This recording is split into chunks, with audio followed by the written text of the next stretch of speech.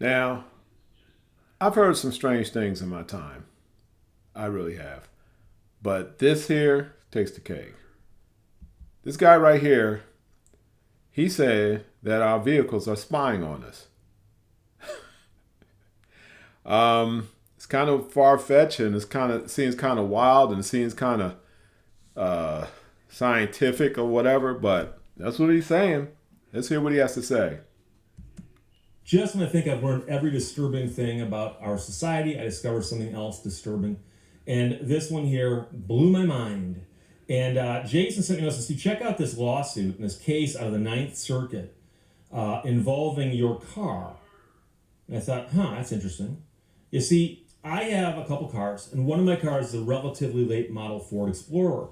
And this is one of those cars where I walk over, and when I get in the car, if my phone is on me, my phone connects to the infotainment center, so if somebody calls me, I can answer the phone and just talk, and it works through the magic of the car itself.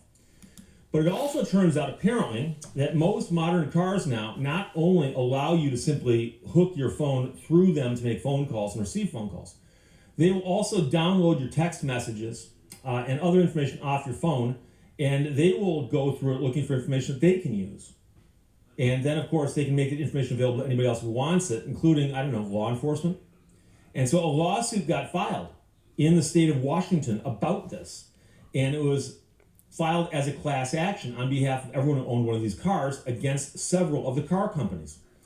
And the Ninth Circuit Court of Appeals just dismissed the case. It was actually already dismissed, but they upheld the dismissal. And said that, there's actually nothing illegal about this. What? Hold on. Hold on. As they used to say. And see, in Washington, they've got a hold law the horses. on privacy. And so somebody said, isn't this a violation of our privacy law? And the Ninth Circuit said, no, it's not.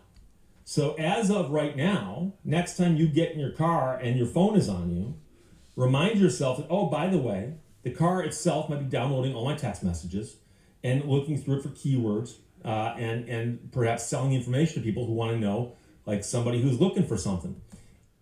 That's crazy. That's really, really crazy.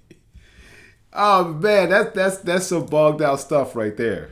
You mean to tell me that somebody can get your information from your vehicle and then sell your information? I'm talking about your information, like your address, your phone number, and all this stuff like that? For real? Talking about some weird stuff, man. That's weird. Oh, boy.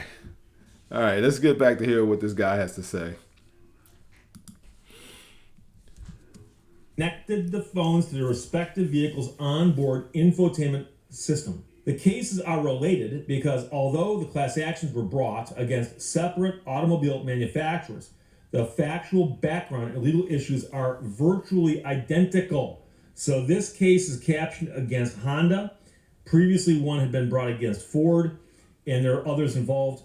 And the court says, we affirmed the court's dismissal under 12b-6.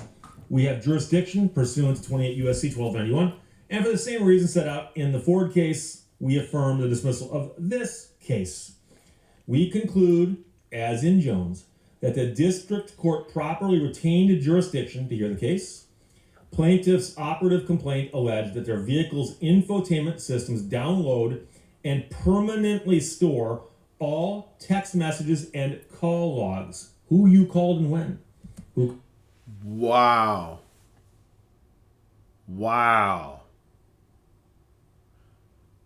Y'all do know, like the Teslas, they're really like computers on wheels. It really doesn't have to be an all electric vehicle these gas operated vehicles have all this technology in it too. This is crazy.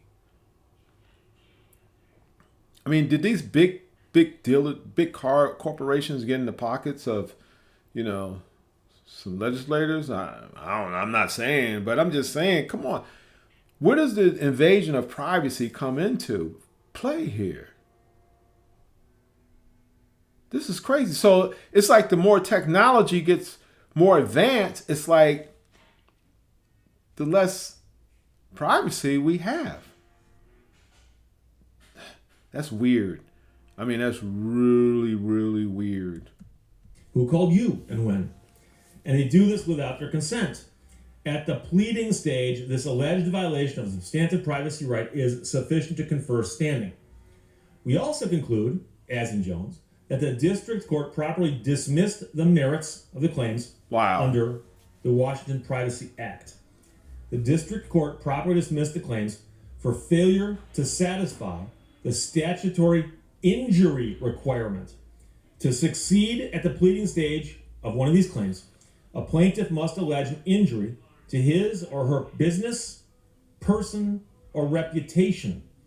Contrary to plaintiff's argument, a bare violation of the WPA is insufficient to satisfy the statutory injury requirement. They affirmed the case, and that's it. So like I said, 2.5-page case opinion. And this, to me, is bizarre. I don't know about the Washington Privacy Act. I don't know what it requires. But this is a great example of something where you go, okay, I remember when I got my car. When I bought it, the salesman showed me how all the different things work and says, oh, by the way, you can hook your phone up, blah, blah, blah, blah, blah. I'm relatively certain that buried in there somewhere was some terms of use, click here to accept, and buried in there is probably language that says, you agree to let us track all of your texts and all of your phone calls and all this stuff. And it's probably buried in language the average person wouldn't recognize. But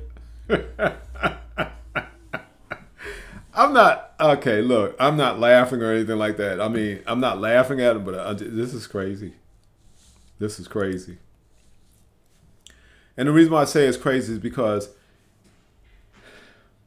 first of all, how can you prove, you have the burden of proof to prove that you're being, compromised.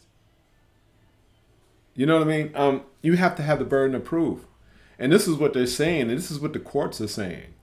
So how can you prove anything that's done without your knowledge, and that's done through the through the clouds, or your phone? Your car.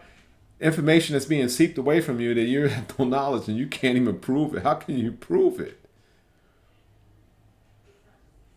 Wow.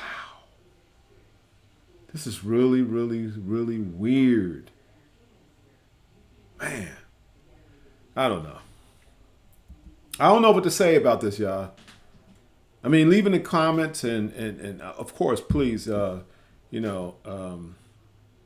be honest with your comments and respectful as far as this is concerned. But I'm just asking the question. Where does the line where is the line drawn in this, as far as this privacy is concerned?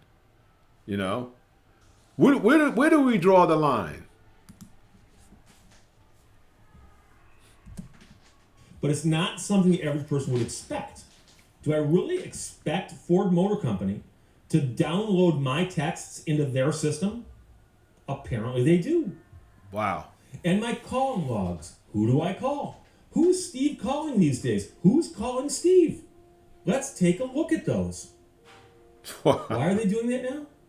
I presume they're doing it for marketing purposes. And I don't mean to sell me stuff. I mean to sell my information to other people.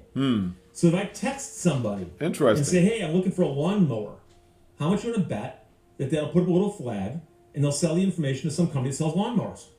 And we talked about this before, and this is one of those funny things. I've been doing videos on YouTube now for 9 years.